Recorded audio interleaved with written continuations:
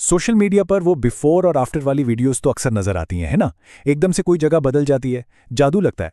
लेकिन इसके पीछे का राज क्या है? चलें आज इसी राज से पर्दा उठाते हैं और समझते हैं वो एआई वर्कफ्लो जिससे ऐसी जबरदस्त वायरल वीडियोस बनाई जा सकती हैं।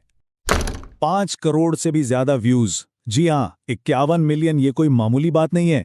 सिर्फ एक वीडियो जो इसी टेक्निक से बनी है उसने इतने व्यूज हासिल किए। इससे अंदाजा लगाया जा सकता है कि इस कंटेंट में वायरल होने का कितना पोटेंशियल छिपा हुआ है। और सुनिए, बात सिर्फ व्यूज तक महदूद नहीं है। इससे क्रिएटर्स पैसा भी कमा रहे हैं, और थोड़ा बहुत नहीं बल्कि हर महीने तकरीबन 1 लाख रुपए। ये इस बात का सबूत है कि अगर स्ट्रैटेजी सही हो तो इस काम में कितनी जबरदस्त कामयाबी मिल सकती है। तो अब सीधा काम की बात करते हैं। चलें इस एआई क्रिएशन ब्लूप्रिंट को आजमा कर देखते हैं। अच्छी बात यह है कि इसे बहुत आसान बना दिया गया है। बस चंद स्टेप्स फॉलो करने हैं और बाकी सारा भारी काम एआई खुद संभाल लेगा। तो इस पूरे प्रोसेस का सीक्रेट इंग्रेडिएंट क्या है? वो है 2 मास्टर प्रॉम्प्ट्स, बस 2। ये खास प्रॉम्प्ट्स radiotv.net पर मौजूद हैं और इनका मकसद ये है कि लोगों को खुद से लंबी चौड़ी मुश्किल इंस्ट्रक्शंस ना लिखनी पड़े। और ये काम कैसे करते हैं? सिंपल। पहला प्रॉम्प्ट इस्तेमाल करने पर एआई 10 अलग अलग लोकेशन के आइडियाज देगा। फिर उनमें से जब एक आइडिया पसंद आ जाए तो दूसरा प्रॉम्प्ट उस आइडिया को लेकर इमेज और मोशन की सारी डिटेल्स ऑटोमेटिकली जनरेट कर देगा। कितना आसान है। अच्छा, तो इस ब्लूप्रिंट के लिए हमें कुछ एआई टूल्स चाहिए होंगे। लिस्ट में है चैट जीपीटी प्रॉम्प्ट्स के लिए, वीस्कोप्ट पहली इमेज बनाने के लिए, जेमिनाई इस इमेज को प्रो लेवल तक ले जाने के लिए, फ्लो इस इमेज को वीडियो में बदलने के लिए, और आखिर में कोई भी वीडियो एडिटर सब कुछ जोड़ने के लिए। सबसे अच्छी बात, इनमें से ज्यादातर टूल्स बिल्कुल फ्री और आसानी से मिल जाते हैं। तो चलिए अब प्रैक्टिकल काम शुरू करते हैं। सबसे पहला स्टेप है वो 3 बुनियादी तस्वीरें बनाना जिन पर पूरी वीडियो की कहानी टिकी होगी। ये कहानी 3 हिस्सों में बताई जाती है, 3 तस्वीरों के जरिए। पहली तस्वीर बिफोर, यानी शुरुआत में एक गंदी आलूदा जगह। दूसरी तस्वीर इन प्रोग्रेस, यानी जब इस जगह पर सफाई और तामीर का काम चल रहा हो। और तीसरी आफ्टर, एक बिल्कुल साफ सुथरी फ्यूचरिस्टिक बदली हुई जगह।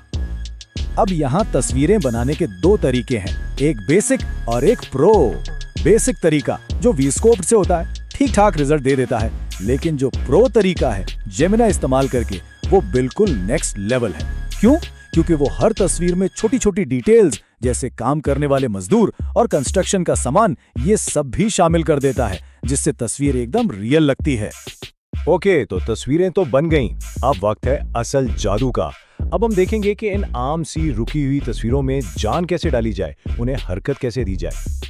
और इस जादू के लिए जो टूल हम इस्तेमाल करेंगे उसका नाम है फ्लो। यही वो टूल है जो हमारी इमेजेस के बीच में इतने स्मूथ वीडियो ट्रांजिशंस बनाएगा कि पता ही नहीं चलेगा कि तस्वीर कब वीडियो बन गई।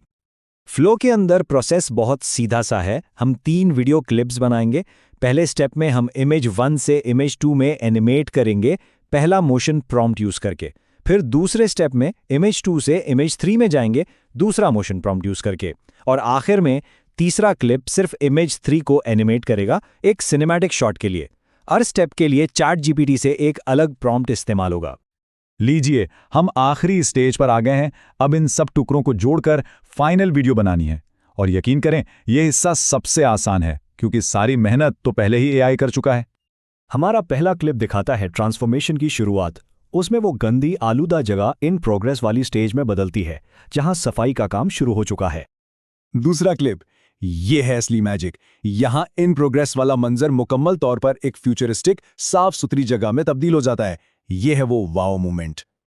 और फिर आता है क्लिप नंबर 3, जिसे हम सिनेमैटिक रिवील कह सकते हैं।